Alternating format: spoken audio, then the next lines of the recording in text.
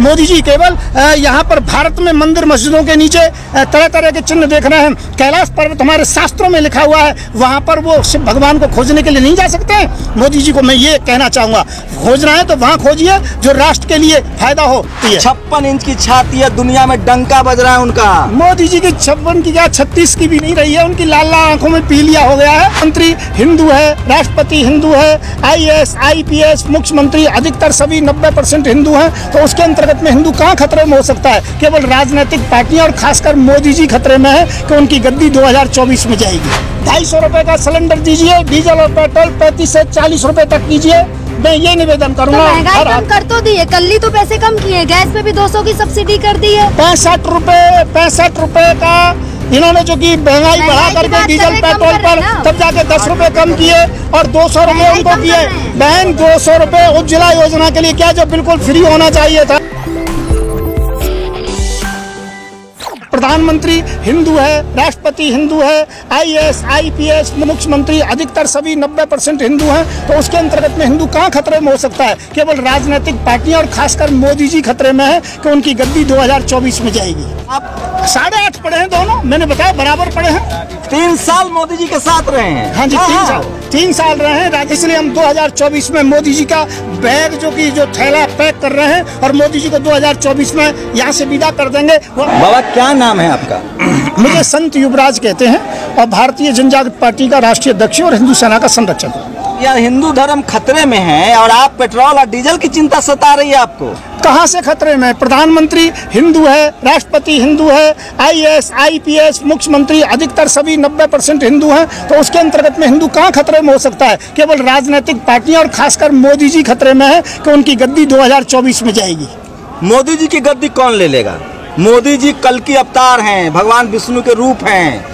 हर हर मोदी, घर घर मोदी, आप हरा दीजिए। ये मान्यवर आप कह रहे हैं, जनता नहीं कह रही है। पूरा मीडिया कह रही है। मीडिया कह सकती है, जो मोदी मीडिया है, बाकी सोशल मीडिया ऐसा नहीं कह सकती है। 56 इंच की छाती है, दुनिया में डंका बज रहा है उनका। मोदी जी की 56 की क्या 36 की भी नहीं रही है, उनकी लाल लाल आंखों में पीलिया हो गया है। पहले कहते थे कि लाल लाल आंखें दिखानी चाहिए, अब लाल लाल आंखें क्या, जब कैलाश पर्वत हमारा चाइना के अंतर्गत में, वो लाल लाल आंखें कहाँ चली गई? मोदी जी को जॉन्डिस हो चुका है, अच्छी तरह से मालूम है। मोदी जी केवल यहाँ पर भारत में मंदिर मस्जिदों के नीचे तरह तरह के चिन्ह देख रहे हैं। कैलाश पर्वत हमारे शास्त्रों में लिखा हुआ है, वहाँ पर वो शिव भगवान को खोजने के लिए नहीं जा सकते हैं। मोदी जी को मैं ये कहना चाहूँगा, खोजना है तो वहाँ खोजिए जो राष्ट्र के लिए फायदा हो। वहाँ पर मुस्लिम भी साथ देगा, हिंदू भी साथ देगा, सभी लोग साथ देंगे, पर यहाँ पर आपस में ना लड़ाइए। चाइना थर थर काँप रहा है मोदी जी के डर से, तभी हमारे इतने सैनिकों को मारा था और मोदी जी ने नाटक किया था हम लोगों को समझाने के लिए, हमारे आंसू पहुंचने के लिए। मोदी जी के विषय में ज्यादा नहीं कहूंगा, पर मोदी जी को जो करना चाहिए वो नहीं कर रहे हैं और वो केवल जनता को गुमराह कर रहे हैं। इसलिए हम 2024 में मोदी जी का बैग जो थैला पैक कर रहे हैं और मोदी जी को 2024 में यहाँ से विदा कर देंगे। वो अपनी माता जी की सेवा जाके गुजरात में करें। बाल बच्चा बीबी तक छोड़ दिए देश के लिए, राष्ट्र उनके लिए प्रथम है और देश की सेवा कर रहे हैं। राजनीति नहीं कर रहे हैं, साधु हैं, तपस्वी हैं, तपस्या कर रहे हैं, वो मोर को दाना खिला रहे हैं। मोदी जी पत्नी के काम के नहीं थे, इसलिए मोदी जी को घर से भगा दिया। मतलब क्या हुआ? पत्नी के काम के नहीं थे मतलब? मैं कह रहा हूँ कमाते नहीं थे, निठल्ले थे, निकम्बे थे पहले से ही, इसलिए कहाँ से खिलाते, इसलिए उनको भगा दिया गया।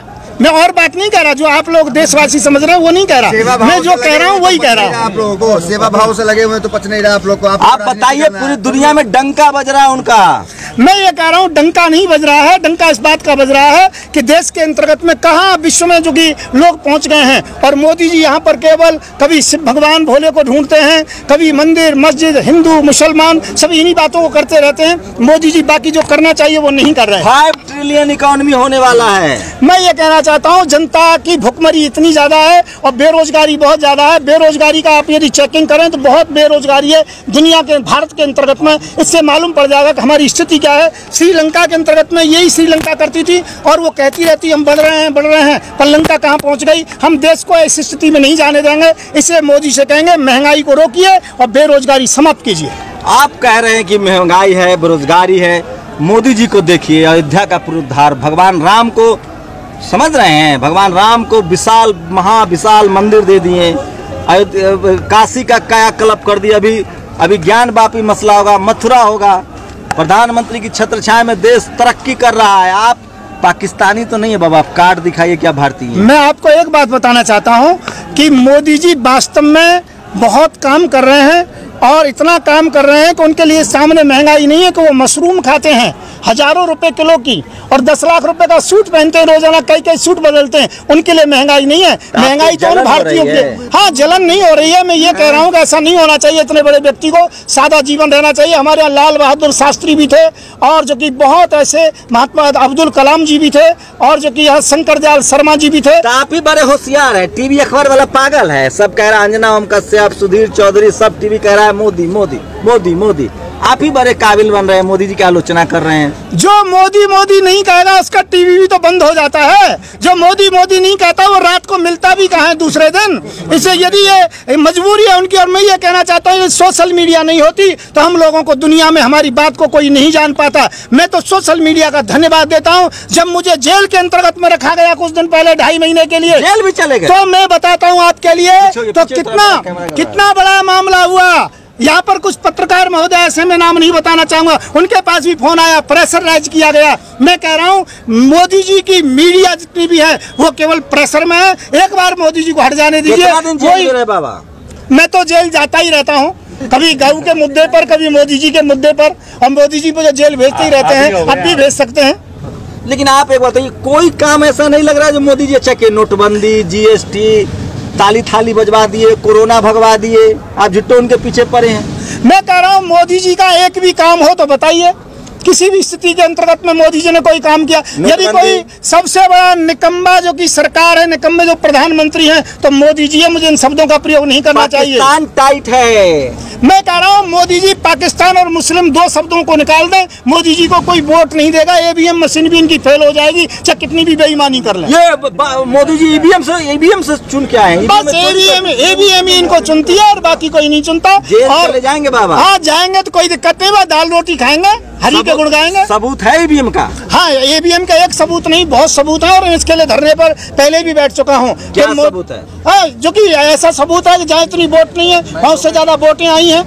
जहाँ पर जो कि मशीनें जो कि हजारों की तादाद में लोगों ने पकड़ी हैं, ये सभी जो कि सामने प्रमाण है, जो समाचारों में निकले। यदि चाहेंगे तो कलेक्शन करके बता दिया जाए। मोदी का विरोध देश का विरोध है बाबा। मैं मोदी जी का विरोध नहीं कर रहा, मोदी जी के कारनामे का विरोध कर रहा हूँ। कल को यदि मोदी जी प्रधानमंत्री ना रहे तो मोदी जी का कोई विरोध नहीं करूंगा। जब तक ये प्रधानमंत्री गद्दी पर रहेंगे और जब तक देश में हिंदू मुसलमान करेंगे, विकास के काम नहीं करेंगे, रोजगार लोगों को नहीं देंगे, जो वायदा किया था 2 करोड़ हर साल रोजगार देंगे, तब तक मैं मोदी जी का पुरजोर विरोध करता रहूंगा। यशस्वी प्रधानमंत्री हैं। मुझे मालूम है कितने यशस्वी हैं। अभी दूसरे देश में फ्रांस इत्यादि कई जगह पर गए थे, वहाँ पर काले झंडे दिखाए गए थे और वो मीडिया ने नहीं दिखाया, तो मुझे मालूम है कितने यशस्वी हैं। बहुत अच्छी बात है, मैं उनका सम्मान करता हूँ। फिर मोदी जी से यही कहूँगा कि मोदी जी हर स्थिति के अंतर्गत में महंगाई को समाप्त करें, बेरोजगारी को समाप्त करें और देश के अंतर्गत में हिंदू मुसलमान की राजनीति नहीं होनी चाहिए, राष्ट्रवादिता की राजनीति होनी चाहिए। तुम सबसे बड़े राष्ट्रवादी है वो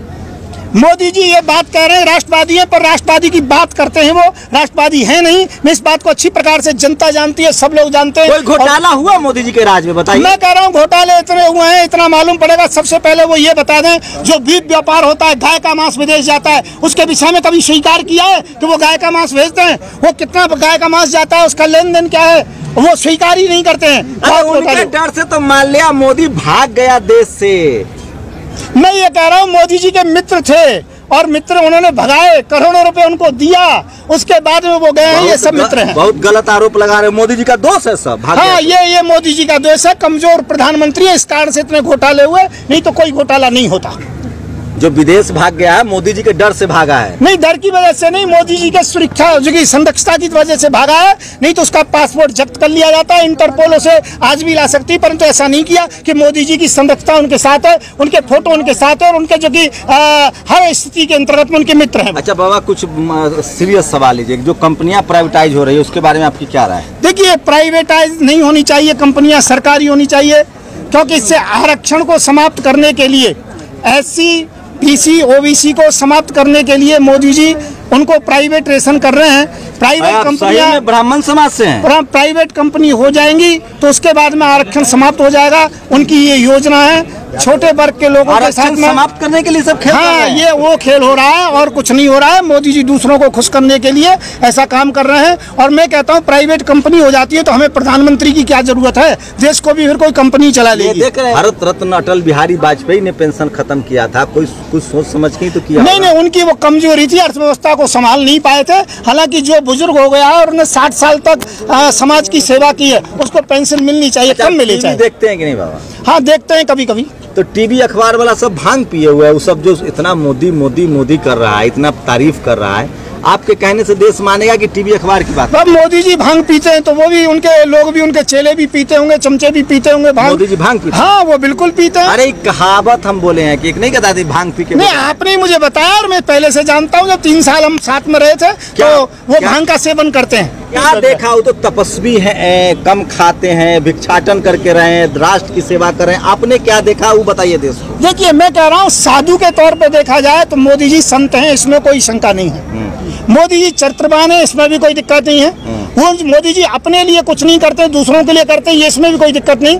परंतु जो राजनीति का मामला है, देश को संभाल नहीं पा रहे हैं। महंगाई बढ़ गई है, बेरोजगारी बढ़ गई है और सांप्रदायिकता ज्यादा बढ़ गई है और मंदिर मस्जिदों के जो कि मुद्दे बढ़ गए हैं। तो मोदी जी रास्ता बताया ना कि पकौड़ा तलो।